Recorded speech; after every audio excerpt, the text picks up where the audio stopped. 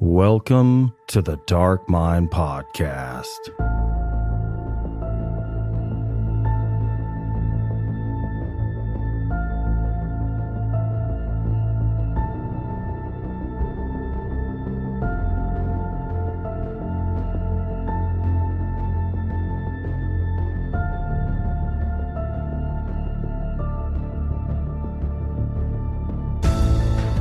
Friends and familiars, thank you for tuning in to another episode of the Dark Mind Podcast, where we explore the boundless realm of dark literature and film.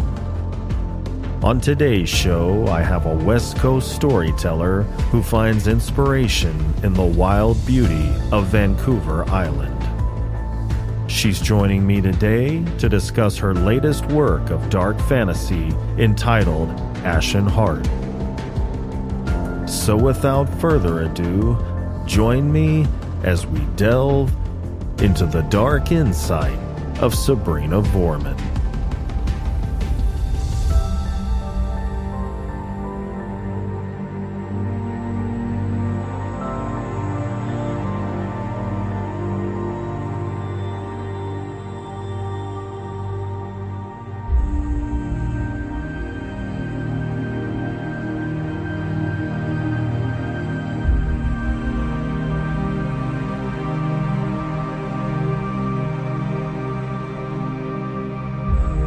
Sabrina, welcome to the show.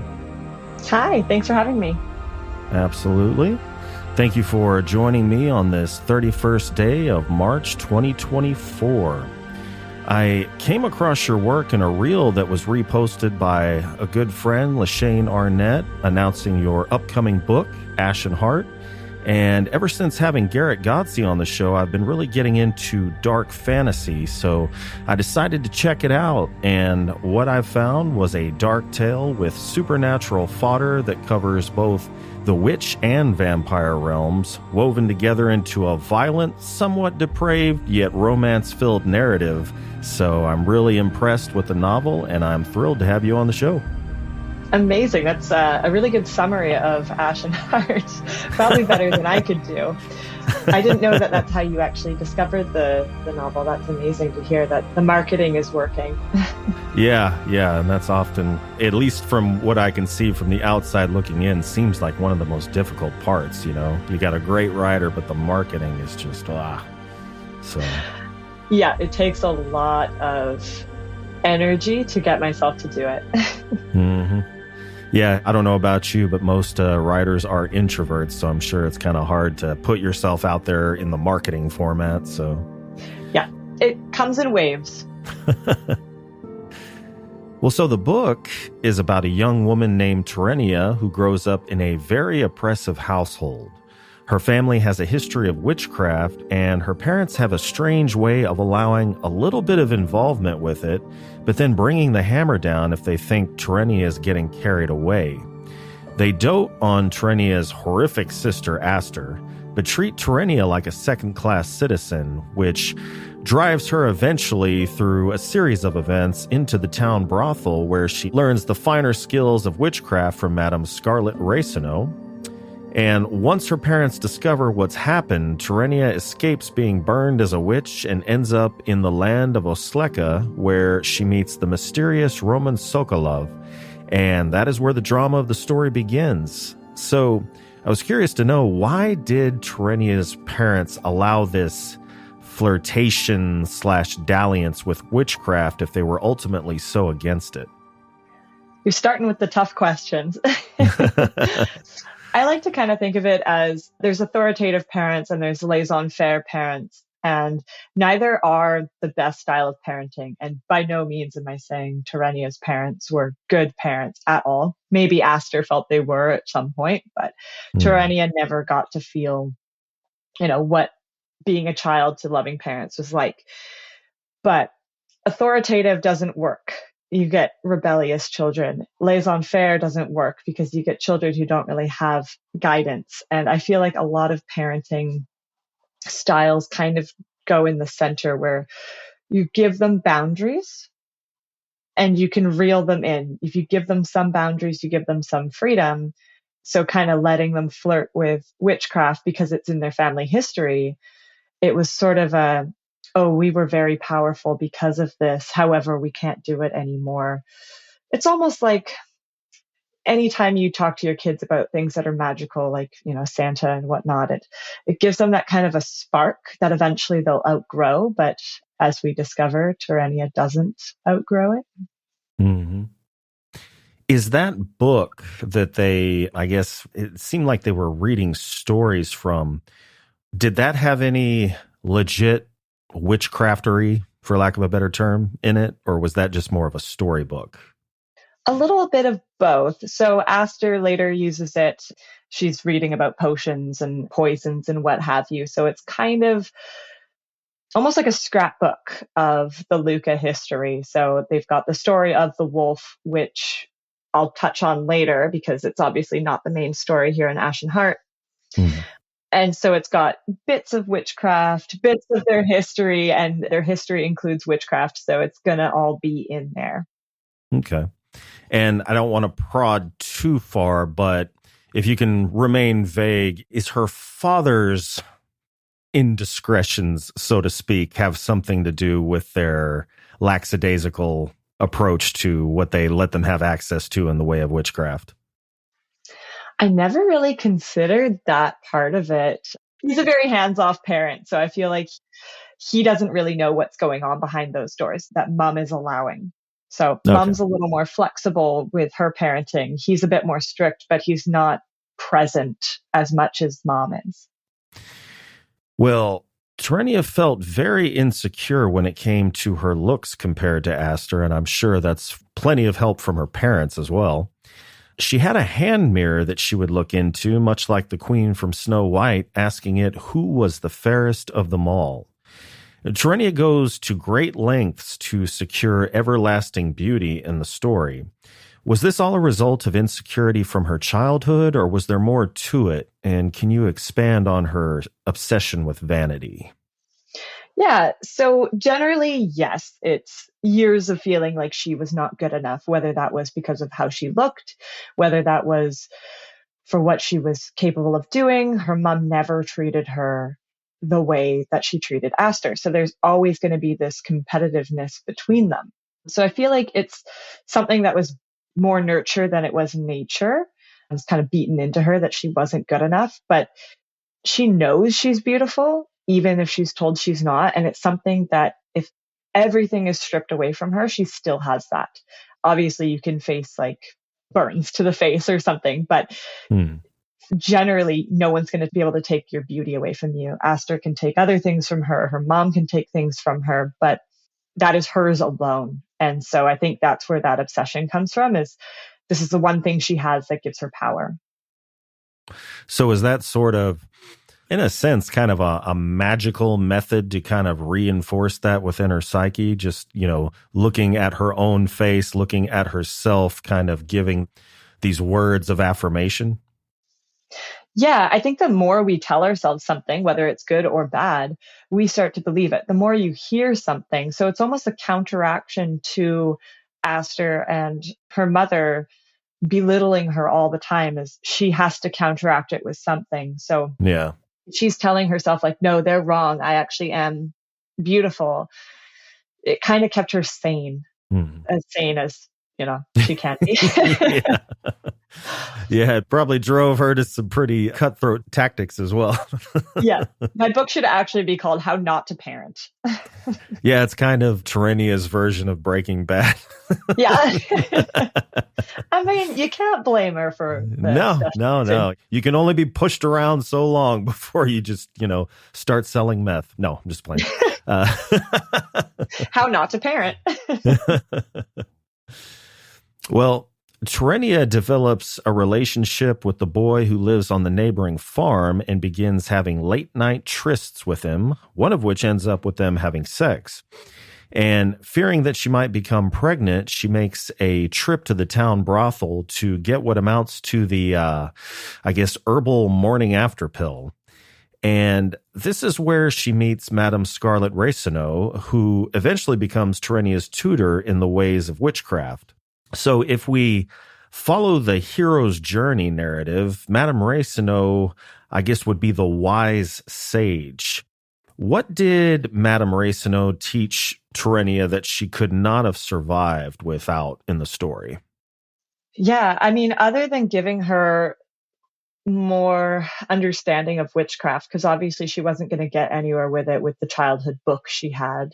She was given freedom to dabble into the things she was told she was not allowed to do. And arguably, the witchcraft is what keeps her alive throughout the story. It's one of her weapons that she takes with her, along with her beauty. She was cautioned against so many things, and Madame Scarlet allowed her the space, right? Like a safe place for her to practice these things. And inevitably she ends up with, a familiar, and familiars are known for helping young witches. So that's really what she gave her, but also a little bit of a push to get away from Sylvania. Well, so as you mentioned, Terenia develops a connection with a raven that becomes her familiar named Rahela. And I am a big fan of Norse mythology, hence my podcasting last name, Midgard, particularly the god Odin, who had two raven familiars named Hugin and Munin. What is the significance of the raven in particular in your story? It's common for, witches to have familiars, but the raven in particular. There's not actually a huge significance for her to have a raven. Just as I wrote it, it was a raven. I've got other witches that have rats. I've got other witches that have crows. So I didn't want to do the typical cat. I just feel like a cat is not story friendly. Yeah. And how is a cat going to do what Rahela does throughout the story? I've always loved ravens. I think they're brilliant. I mean, they are brilliant. In Blood Coven, one of Terenia's ancestors, Azalea, who's brought up throughout Ashen Heart a couple of times, she has a crow, another amazing bird, brilliant bird. They're smart, they're beautiful, they're sleek, they're cunning, they're goth, and they sort of emulate the same attributes as Terenia. So the familiar kind of pairs with the witch. Yeah. Yeah, and the fact that, a bird has flight, it's almost like the projection of their eyes and ears, and their reach as well. I mean, yes. They can... Especially a large bird. Yeah, kind of like a bodyguard, because they can really mess you up if they sneak up on you. Oh, yeah, yeah. Well, one night, thinking she's about to engage in a physical altercation, she meets a man named Roman Sokolov. Roman offers Terenia what she's been seeking since childhood, eternal beauty and power. Eternal beauty by turning her into a vampire, and power through a key position in the Brotherhood. Can you tell us a little bit about what the Brotherhood is and what exactly Roman was offering Terenia? Yeah, so my vampires are different from what most people think with vampires. They're not the living dead. They're not sparkly. And they're not the living dead. They age, they die. So when Roman offers her eternal beauty, he's offering her a space where, like with Madame Scarlet, she can practice, she can learn, because she can't do it when she's on the run. You're never going to be able to reach your full potential if you are constantly moving. So he really offers her a place where she can find these things that she loves, that she wants, that she's been craving since she was a child. So he has, as we discover later, a very large library. And I mean, you get so much power from reading and from learning and looking back at history and unearthing things. So that's what he's really offering her. He can give her power, but he never actually hands it to her. She still has to fight for it. She still has to discover it on her own. So he gave her a place, sort of like Scarlet gave her a place. So I guess that's probably part of your vampire concept that I'd never really wrapped my head around. They can die, correct? Yes. Is what you said? Yeah. So are they able to extend their life indefinitely if they maintain, I don't know, either through magic or through the consumption of blood, or? or they definitely have a shelf life. They have a shelf life, just like humans. Really, there isn't much of an advantage to being a vampire, which when I initially wrote that, I was like, but then why would anyone want to be a vampire? Mm-hmm. I touch in that more in the third book. I dive into another character who is a vampire, and there's a lot more explanation behind the vampires. And Roman sort of has this godlike complex, and he tells people what they want to hear. And if he's lying and they believe him, that's their fault. Yeah. That's kind of how he looks at it. So he tells them, I'll offer you what you want, but he's not going to hand it to you. You're going to have to fight for it. So for Terenia, she has to discover how to live forever because that's something she wants. Mm-hmm. Whereas Roman knows he's got a shelf life and, it's not his goal to live forever, but he knows it's hers. Okay. Well, once she's turned, so to speak, Terenia finds that she has an insatiable bloodlust, which, kind of falls in line with the vampire archetype, which causes her to savagely murder people. So is this willingness to kill a result of being turned, or did it exist in Terenia before she was turned? And where did her ruthless ambition come from? So it definitely does exist prior to her turning. She always wanted kind of her family dead. She touches on that a couple times, but she didn't have that option. Like if you live in a small town like Sylvania and you murder your family, you're not going to succeed. You have nothing and no one's going to root for you in that case. So it was kind of a pipe dream for her at that point. We see her kill people even before. So she has it in her. She does it with ease. She doesn't feel that same guilt that the average person would generally feel. It doesn't really affect her. So her ruthlessness, I see it as like a protection, like it's a shell she's forced to wear since childhood. And she carries that with her throughout her whole life because she cannot let her guard down because she cannot go back to where she came. So it's more to protect herself than anything. Okay. Yeah, I guess I wasn't thinking about that. The cleanup, so to speak, before she's even turned when she's still in Sylvania. Yeah. Well, Roman has a brother named Ivan who is a bit of a rake. He loves to fight and womanize and is very taken by Terenia. Terenia learns that even though Ivan is a powerful individual, she can reduce him to putty in her hands by using her feminine attributes in a very coquettish way. So the word glamour is often associated with romantic attractiveness, but also has the context of a magic spell. A woman using her physical attractiveness to get what they want is one of the purest forms of magic. They're manipulating human nature to achieve their desires. And on your Instagram profile, you identify yourself as a mother witch. Can you explain what you mean by mother witch? And have you yourself ever used your feminine wiles to get what you want? So it's actually a nickname I somehow got through a group chat. I am not a parent. I never plan on being a parent. I do not associate with like mother. But I mean, a couple of people have called me mommy and I'm not mad about it. Not even in the context of like the Earth Mother. Like, I don't know if you have any sort of like pagan practice, Wicca, anything like that, some sort of connection in that way. I'm actually like a super staunch atheist. Oh, okay. Gotcha. Yeah. I just find it all fascinating. And like, I respect that there are people who are pagan and people who are spiritual and who dip into the occult. It's not for me, but that doesn't mean it doesn't exist for other people, if that makes sense. Yeah. I just find the whole concept of it really fascinating, but I'm just too much of a skeptic.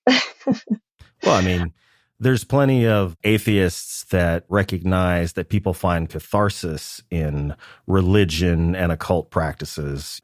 I think it was Joseph Campbell that said that so many people need myth and ritual in their lives. It's like kind of an evolutionary inserted part of them. I mean, you look at history throughout every culture, it's there. So there's obviously a purpose for it. And I don't need it. So it doesn't have a purpose for me, but it has a purpose for others. And I respect that. The only thing I don't really respect is organized religion for historical reasons. But, Yeah. Whatever people believe, I don't try to change their minds. I don't try to tell them they're wrong. And I just hope that same respect is given to me. Mm-hmm. Yeah. Gotcha. There's one other part of that question, unless you want to pass. Oh, the feminine wiles, whether I've used them. I mean, I don't know whether I've used them intentionally or not. Kind of have Roman's mindset of like, if someone's compelled, it's not my fault. So gotcha. Yes and no, I suppose. All right. Yeah. Well, the Brotherhood has some interesting yet horrific ways of obtaining a steady supply of blood, garnered through a deal they made with the townspeople of Osleka. And this deal has maintained the precarious balance between the danger the Brotherhood posed to the townspeople and the danger the townspeople posed to the Brotherhood. This is one of the first examples of how you mix beauty and elegance with extreme violence throughout the novel.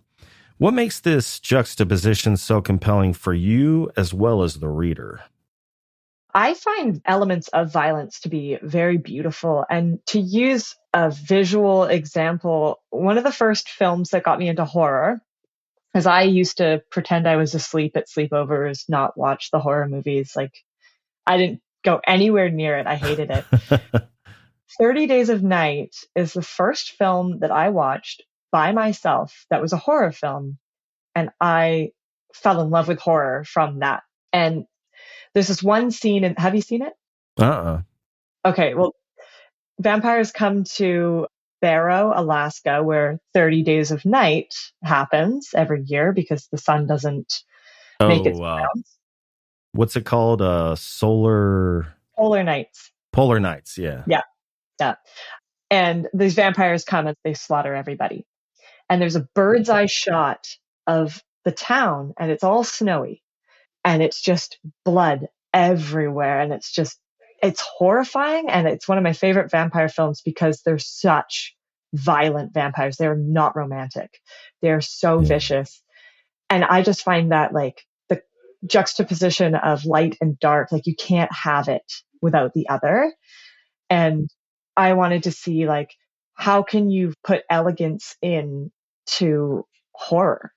And I think it's a fine line. It's difficult to do. And not everyone's going to, I guess, resonate with it. But I like that balance. And again, I'm an atheist. So when I say I'm a Libra, I don't actually know what that means. But I like balance. So I feel like you need both. You can't have light without dark. And I feel like you can't have horror without a little beauty, whether that's, a friendship in a horror movie or just beautiful scenery in a horror movie, just something to counteract the dark. Yeah, one of my favorite examples of elegance in horror is Hannibal Lecter. The refined gentleman throwing the dinner parties, but he's eating people. Exactly. I feel like Hannibal Lecter and Roman would probably get along. Yeah, absolutely. They're both very intellectual people. Mm-hmm. See who has the better library. Yeah. Well, one of the greatest assets available to Terenia through the Brotherhood is that library, filled with arcane texts. So, while we're on the subject of libraries, what is it about libraries that makes them more magical than even the most opulent bookstore you've ever visited? I feel like it's the fact that the books have been curated. Mm-hmm. And obviously, like a local library, you're getting all the books that are available. They're free. But there's something magical about perusing somebody else's personal, curated bookshelf. So every time I go to somebody's house, I see books, I beeline it. I want to see what you're reading. I want to see if we have anything in common in what we read. And I just feel like you get kind of a glimpse into somebody and who they are based on the books that they have on their shelf. And I think that's kind of beautiful. Yeah, I've gotten so much into reading digital these days that I'm like, oh, I had high hopes of having this massive library, but like I'm so stuck on reading digital now that I'm not accumulating hard copies anymore. So I don't know. It's hard. They're expensive. Like digital copies are so much easier to obtain. And then, depending on your space in your home, like I didn't used to have a lot of space and now I live alone and every wall has a bookshelf and they're empty because I don't have enough books yet. Yeah. So I'm like, great, how am I supposed to fill these up? But I'm like, I got years. I had years to curate my bookshelf. Well, my problem is I live in an apartment. So like when it's moving time, those are some heavy ass boxes. Good God. I moved 5 times in 2 years and I had about 10 boxes of books. I moved into an apartment that I purchased. So I'm like, okay, you are here for at least 5 years now.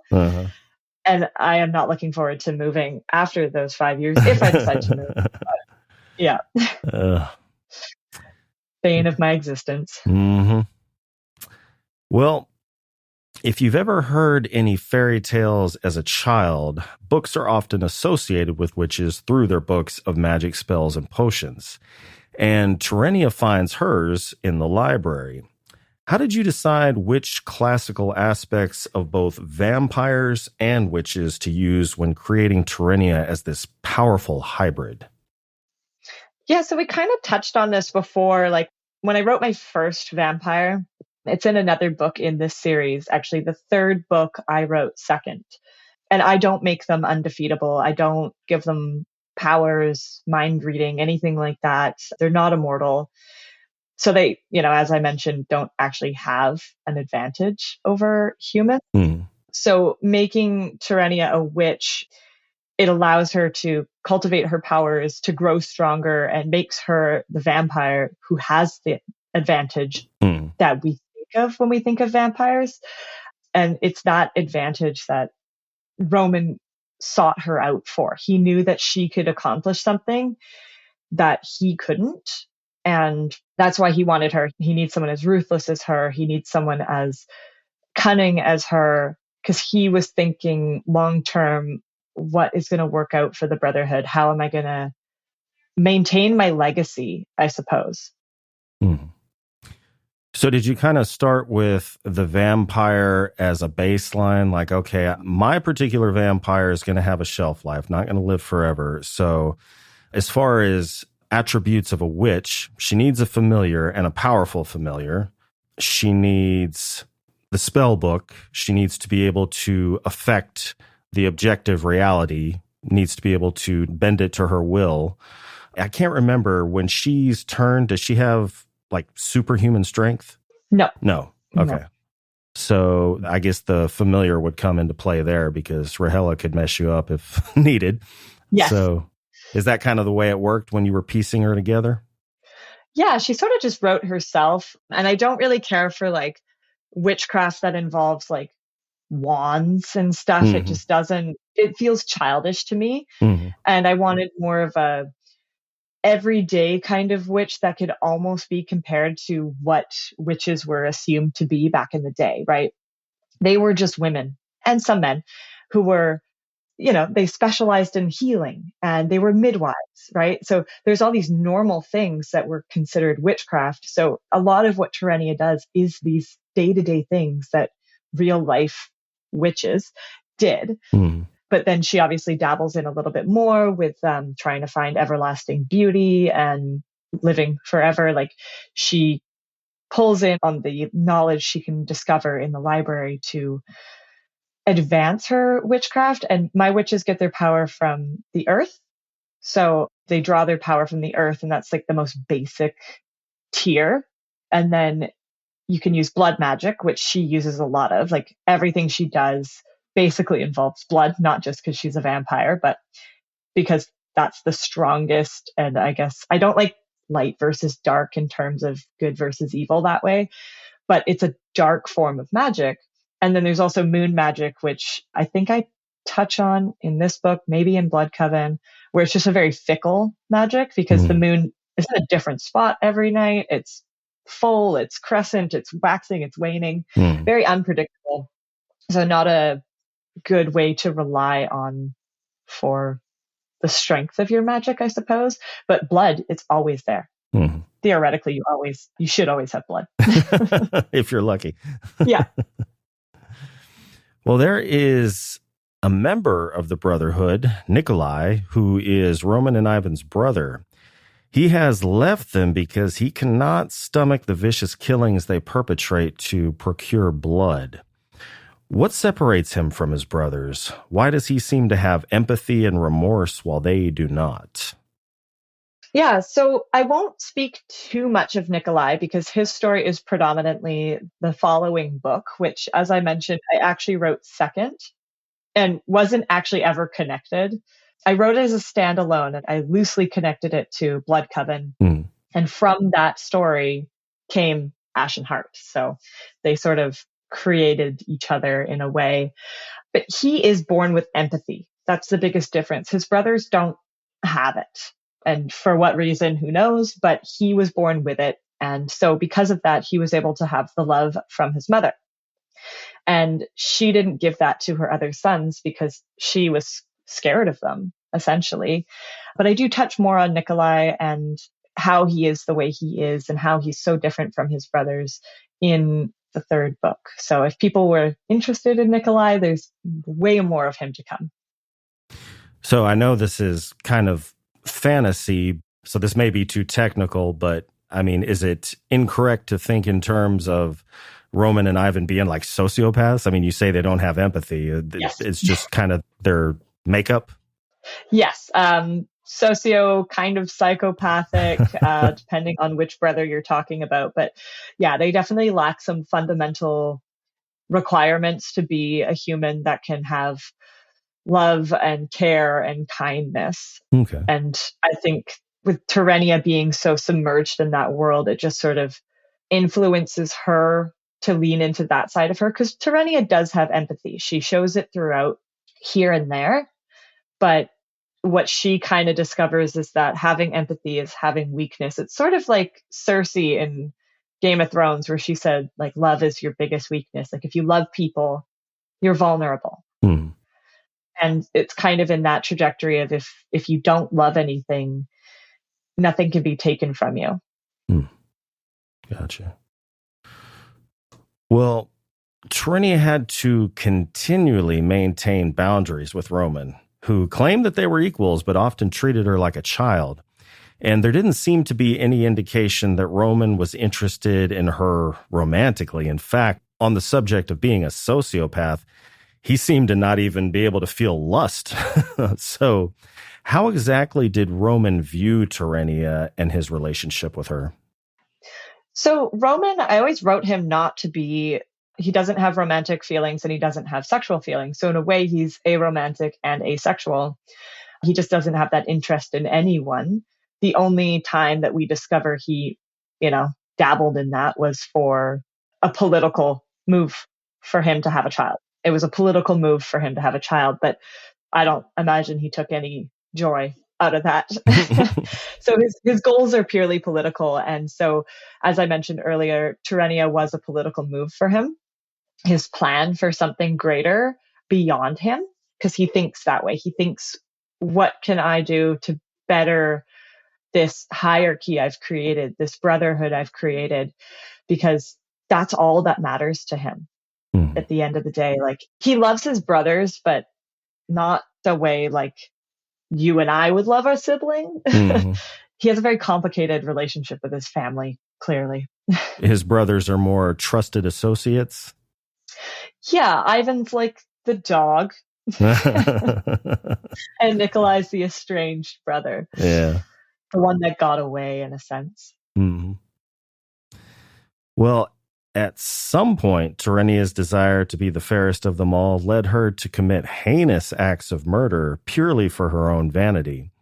Was this necessary for her to achieve power, or were Roman and Ivan beginning to influence her moral compass?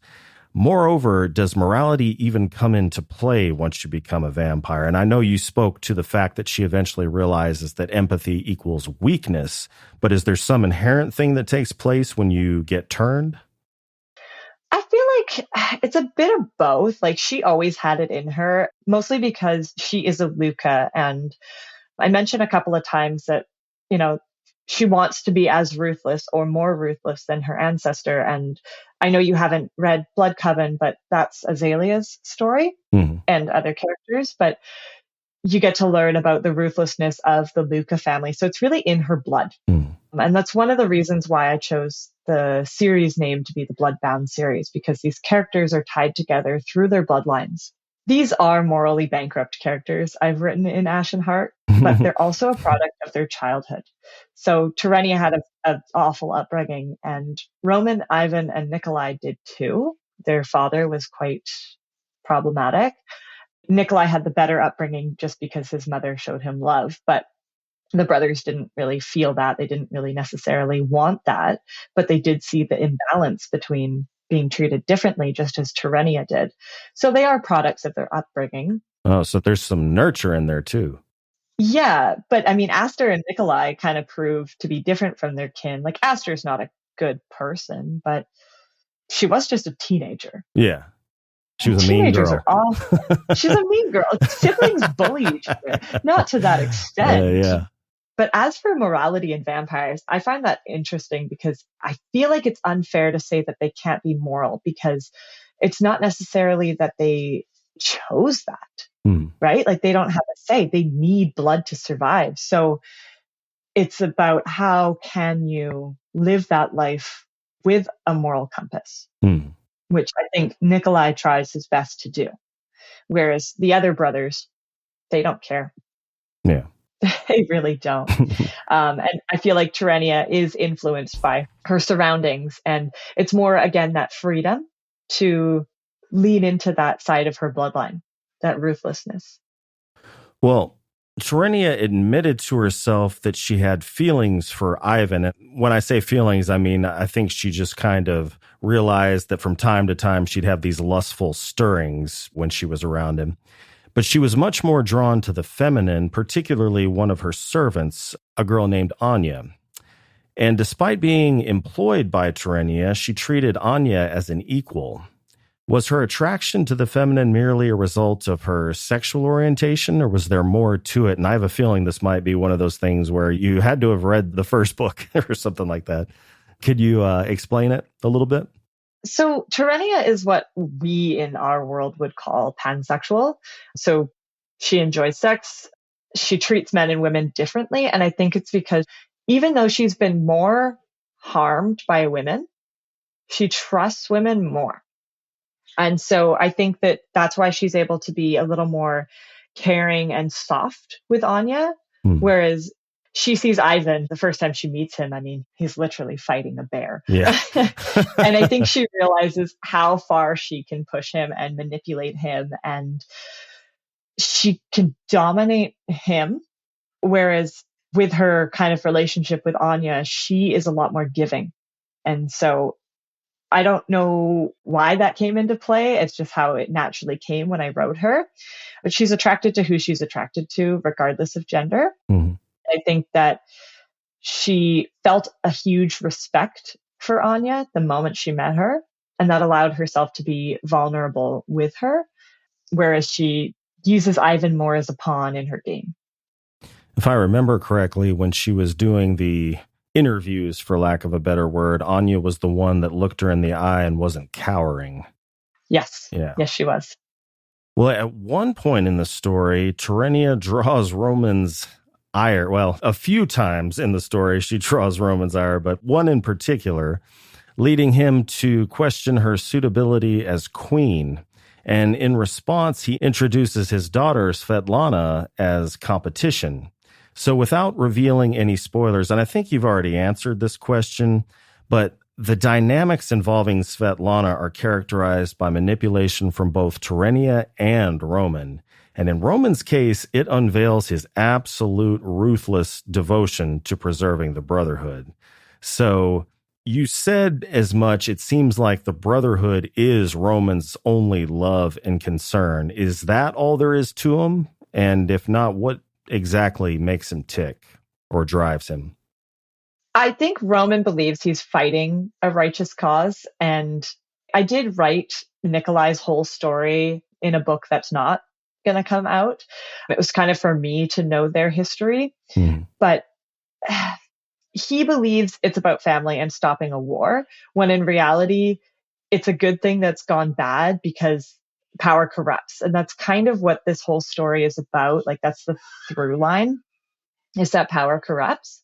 Because Terenia could have gone either way. When she met Roman, that was kind of the turning point for her. And power corrupts everything it touches. I feel like Roman had good intentions, but he ended up being the wrong person for the job because of his lack of empathy. He thinks he's doing the right thing because he's fighting for half-bloods to have their role when purebloods are kind of the dominating vampires.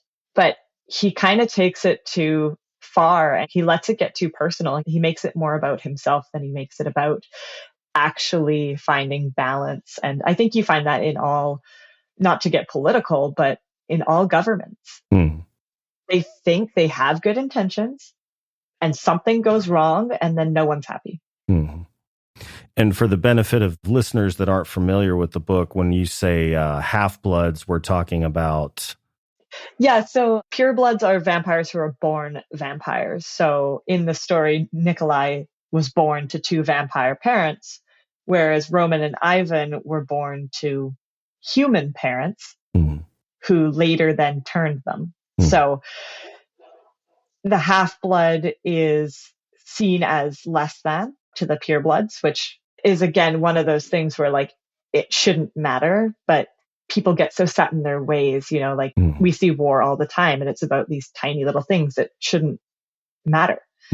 But that's just kind of how we are as a species, I suppose. We let things divide us when they shouldn't. Yeah. So definitely. Well, Terenia eventually realizes that the only way to get what she wants is to take Roman's position of power. And the only way to do that is to play a very complex game of 4D chess. And as the story ends, it leaves us in anxious anticipation of book 3 in the series. So can you give us a sneak peek of what we might expect in the next phase of the Bloodbound series? Yeah, so the first 3 books are standalones. You can read them in any order. So Blood Coven follows a coven of witches, as well as Terenia's ancestor Azalea and her story, and the story of the wolf, which is briefly mentioned in the prologue of Ashen Heart. And then Ashen Heart is, as we've covered so far. And then the third book is going to be kind of in between certain time periods that happen in Ashen Heart, because Ashen Heart is spread over like 15 years or something. And so Song of the Sea, which is the third book, covers different characters in a different place, in a different time, but has quite a bit of crossover. It's the fourth book that brings them all together. So in terms of what to expect for the next phase, it's tying all those characters together into like one finale that will wrap it up with a nice little bloody bow. Do we have a timeline on those? Song of the Sea comes out in December, and then the fourth and final book will come out in 2025. Okay. I think spring or summer. Gotcha. Yeah. All right. Well, Ashen Heart is a great book. Highly recommend it. Listeners at home, buy it, read it, review it. Shout out to Quill and Crow Publishing. How much do you have to do with the covers to the books? So I had very little thought of what I wanted the cover to be. I'm not that kind of artistic person. And so I just kind of said, like, here's some comparative titles. Here's kind of what I like. But they're the right publishing house for me because they have that gothic, dark feel. They already lean into those elements. So I'm pretty sure when they sent me the covers to look at, because I saw all 4 of them, I was like, these are amazing. I had 2 very minor suggestions for changes for the 3rd and 4th cover. And other than that, I was like, this is great. I don't want anything altered. So kind of nice to go in without like a picture of what I wanted the cover to be. And I feel like they nailed it for all of them. Yeah, I'm looking at their website just right off the bat. I see what you're talking about. Yeah. Well, how would you describe your literary voice? I feel like I don't have like a method to my writing. I let my characters pull me along. If my characters, I'll have like a seed of a story, maybe a couple scenes in my head. And if I start writing it and the characters do nothing for me, I abandon that project. I do not force myself to write it. So I feel like my literary voice is being the vessel for my characters' stories to be told. And I mean, the way some of these stories began versus how they ended up by the time I got to the end of it, like I had a plan and it just totally went a different direction. I can't plan because I don't know who my characters are until I've written them. And they might not make that choice down the road. So I'm a scribe. Yeah. Well, it sounds like a pretty intense pantser, huh? Yes. And I try to weave nature into all my stories. I'm hugely like nature driven. Like the place I live in is very forested. I've always sort of had that availability at my fingertips. And so I like to weave nature in almost as if it is a character, which is why I think my witches get their power from the earth, which is not an original concept at all, but it just felt right. They get it from that and not from, a wand or anything like, I don't know. They write themselves. Yeah. Yeah, that's awesome. Yeah, I mean, they say if you don't know how the book's going to end, the reader definitely isn't. So, yeah. I think I shocked a couple of people with Ashen Heart's ending. Yeah. Well, how do you approach creating fantasy worlds while still maintaining your, what I would call, signature dark aesthetic? Honestly, I originally wrote these books in our world.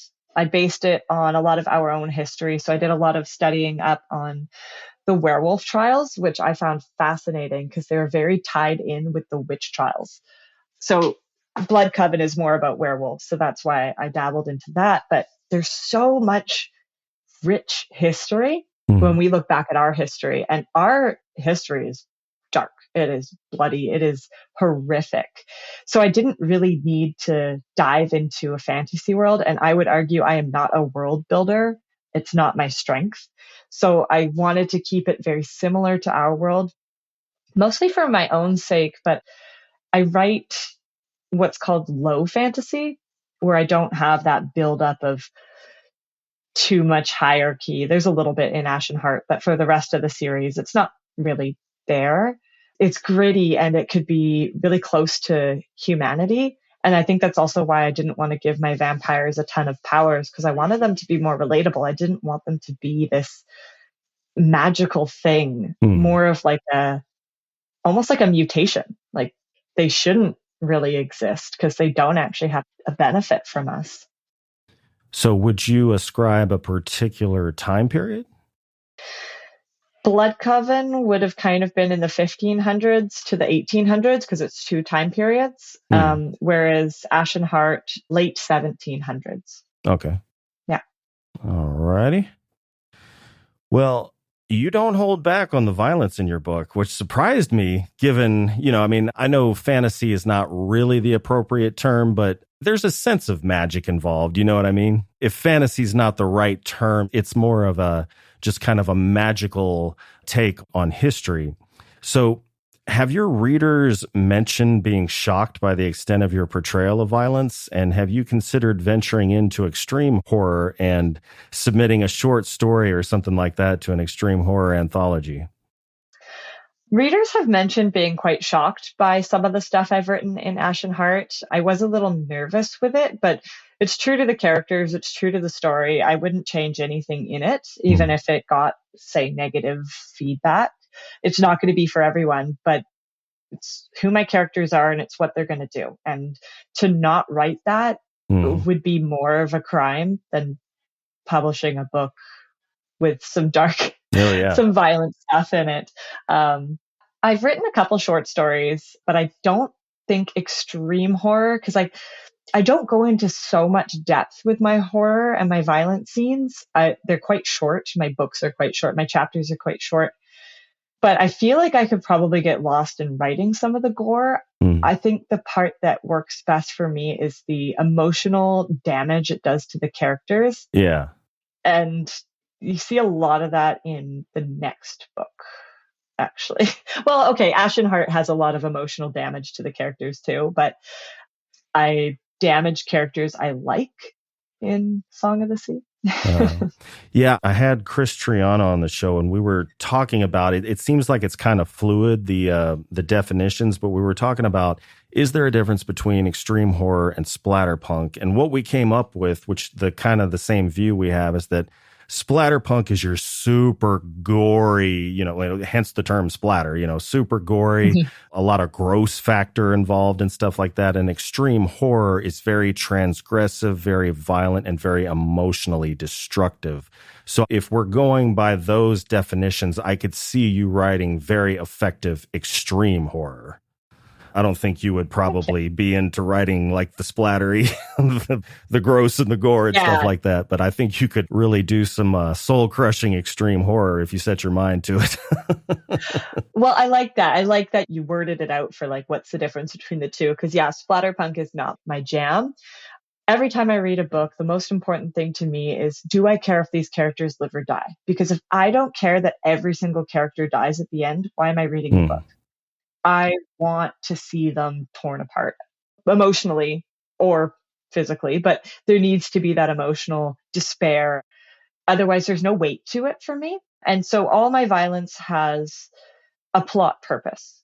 Like even the worst stuff that I wrote in Ashen Heart, there is a point to it and it drives the characters, or it's the reason the character reaches this point where there is no returning from that. And a lot of what happens in Ashen Heart is a huge building block for the final book. And I'm not going to give any spoilers when I say the epilogue of Ashen Heart touches on what's going to come in the fourth book. So if you've read it, you'll know what I'm talking about. Yeah. But it sets up what is going to be the main conflict in the final book. Well, what is your writing atmosphere like? And do you need a specific environment to write, or can you write anywhere when inspiration strikes? I feel like my writing desk is the worst place for me to write. There's something about it that just, it's not comfortable. So I actually write at the dining room table. It forces me to sit upright and be proper. I feel like writing going forward, it's been a lot more difficult for me. I think once you publish something, it becomes quite difficult because you're trying to write to this published level when before you publish, you're like, I can write crap because I've got time to edit it. That hasn't changed. I could still write crap and edit it into something good, but there's mental roadblocks there. So I find going out of the house, going to a coffee shop and setting an hour or two, that's where I get my work done quite efficiently. I'm dabbling in something right now, but I'm so busy that I do not have time to write it. So I set 2 hours aside every 2 weeks with a writing group, and I write really fast. So I'll get like a 2,000, 3,000 words in a go. And then I'll just step back for a while. But I used to write like a book in 3 weeks. Not anymore. You mentioned being really busy. When we were emailing back and forth, you were talking about getting a second job. Are you working 2 jobs right now?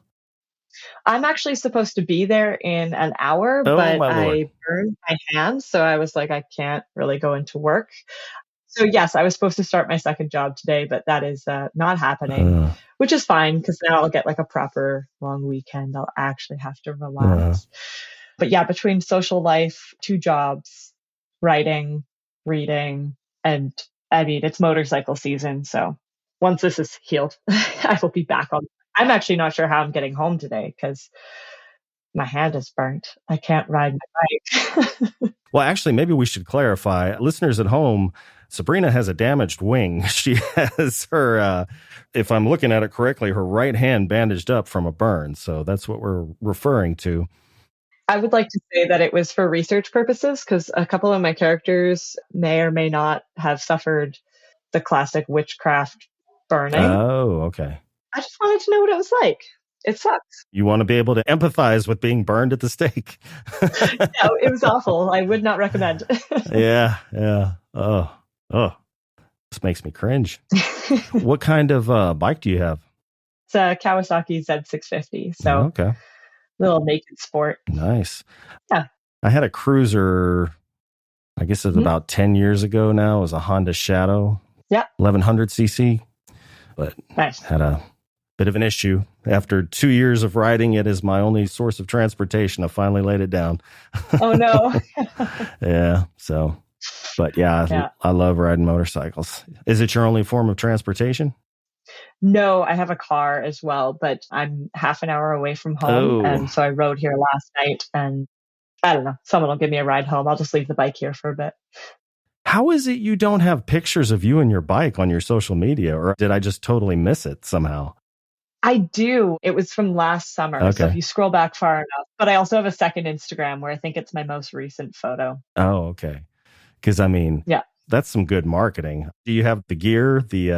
I forget what they call it. Yes. Not the bodysuit. I have like pants with like knee pads, jacket. Yeah. I just spent $600 on gear. Nice.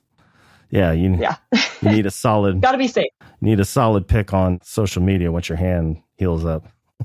Yes. I will do that. I only just insured it last week. So. Oh, okay. Yeah. Well, when it comes to editing and killing your darlings, what is the most common darling you have to kill? I actually don't end up killing too many because I'm an underwriter. So I write bare bones. And then I go in and add and flourish because I write so quickly. It's like I need to get the idea done before it escapes. So I write very skeletal stories to begin with, and then I go in and a couple of times over add things.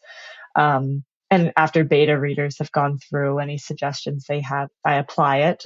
Actually, the inclusion of a bear in Ashen Heart was a recommendation by author Stephanie Kemler. Okay. Who's a fantastic author of also the vampire genre.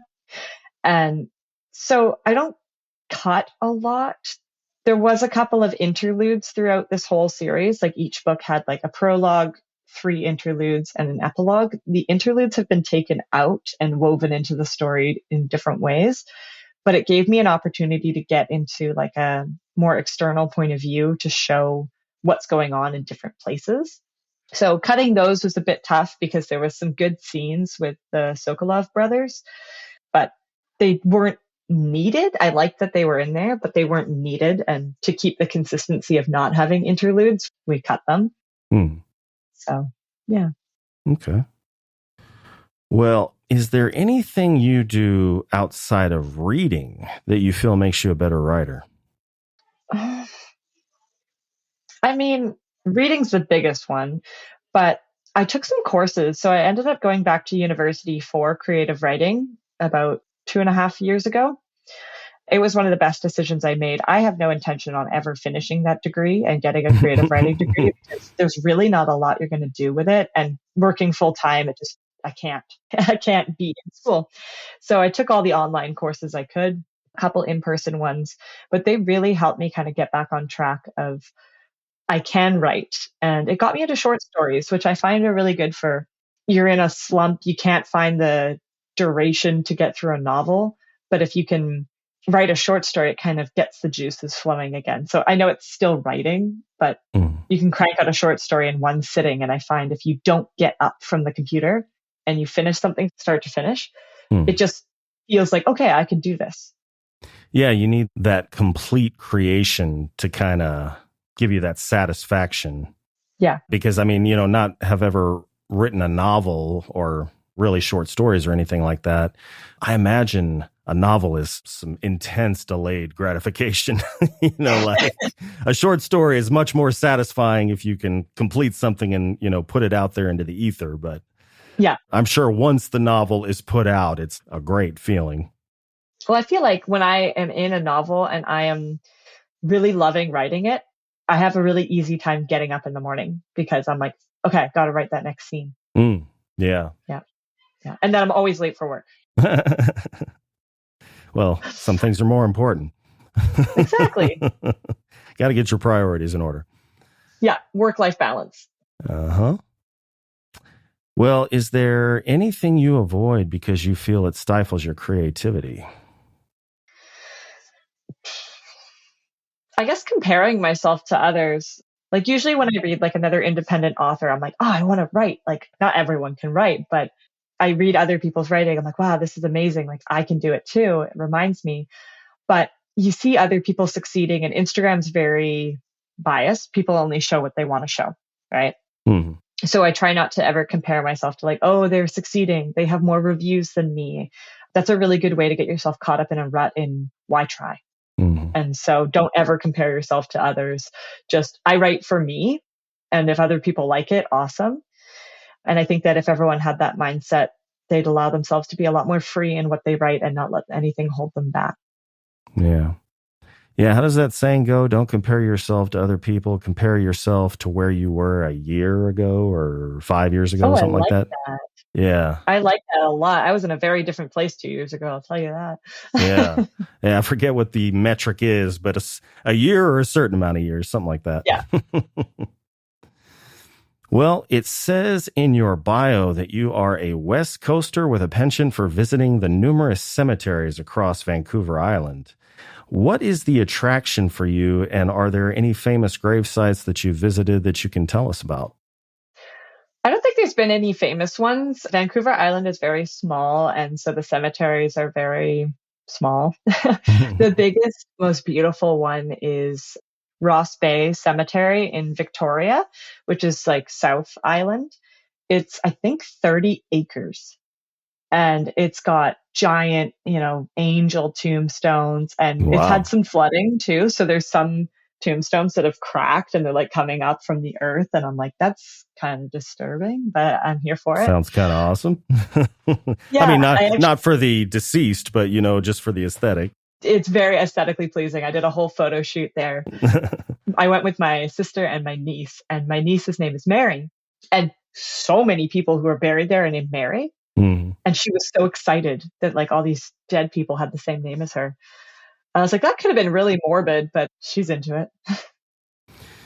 Well, so you're in Vancouver. Believe it or not, I mean, I am down south as south can be in Texas, but my mother's Canadian.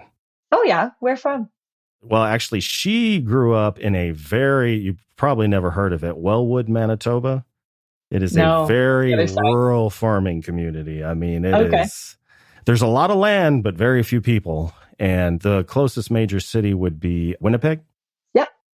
And I have an uncle in Kamloops. Okay. I have a cousin that at one time was in Vancouver. I don't know if he's still there.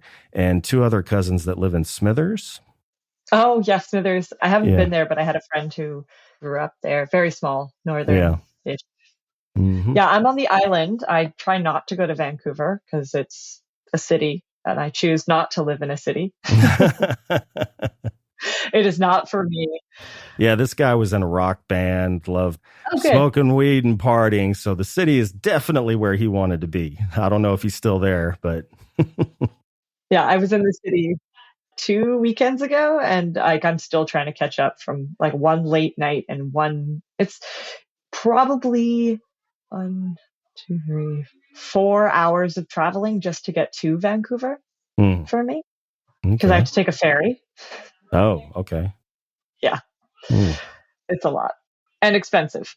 Oh, yeah. Any major city these days, regardless of where you are, is ridiculous. Yeah.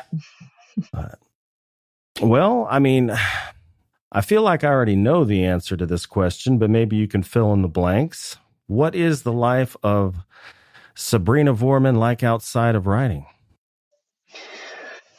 I mean, pretty boring. Other than, lighting myself on fire. I mean, yeah, it seems like you had a story from last night. Classic family dinner, Oh, boy, you guys get out of control. Oh, yeah. I like hiking. Like winter is kind of a boring season for me because you can't get out there. It doesn't get too bad here. Like we don't get a ton of snow, but it rains all the time. So it's finally hiking season again. And I'll go on like 30-kilometer hikes in a day. And That's the day. Coffee, hiking, reading. I really like board games. Like I'm actually like an old person. Like Which one? Like you want to play crib? I will play crib. Oh, all right. Any day, any time of day. Do you play crokinole?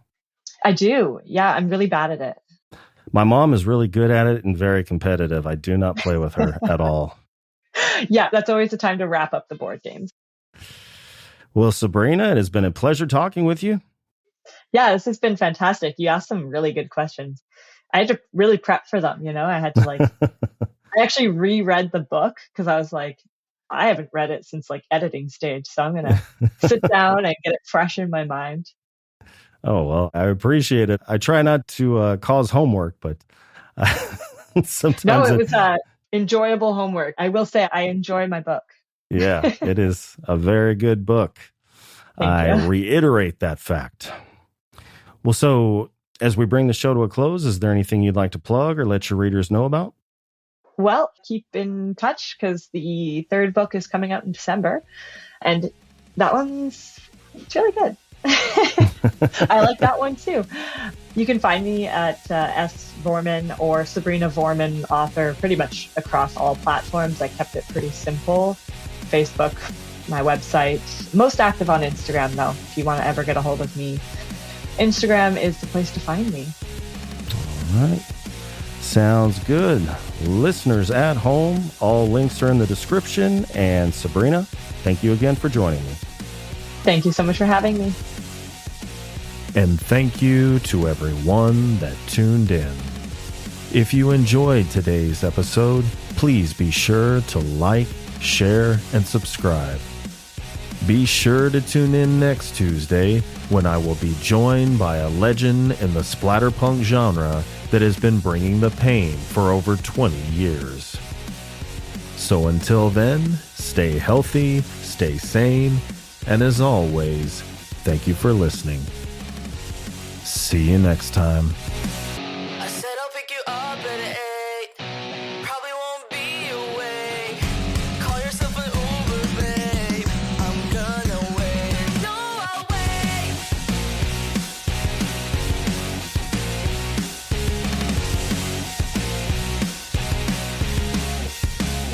Your eyes give off a toxic vibe, making me lose my mind. That's why I'm sitting in your room.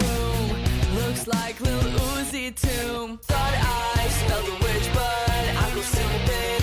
Put a pretty Instagram year span. Planning this night, trying to suit up for a scam. I said I'll pick you up at 8. You probably won't be awake. Call yourself an Uber, babe. I'm gonna wait. I'm gonna wait.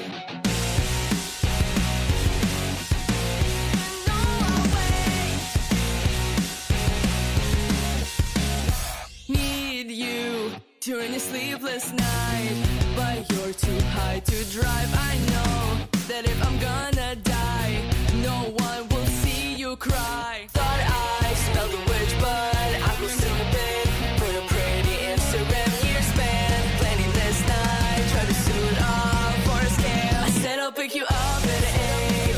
You probably won't be awake. Call yourself an Uber, babe. I'm gonna wait. I'm gonna wait.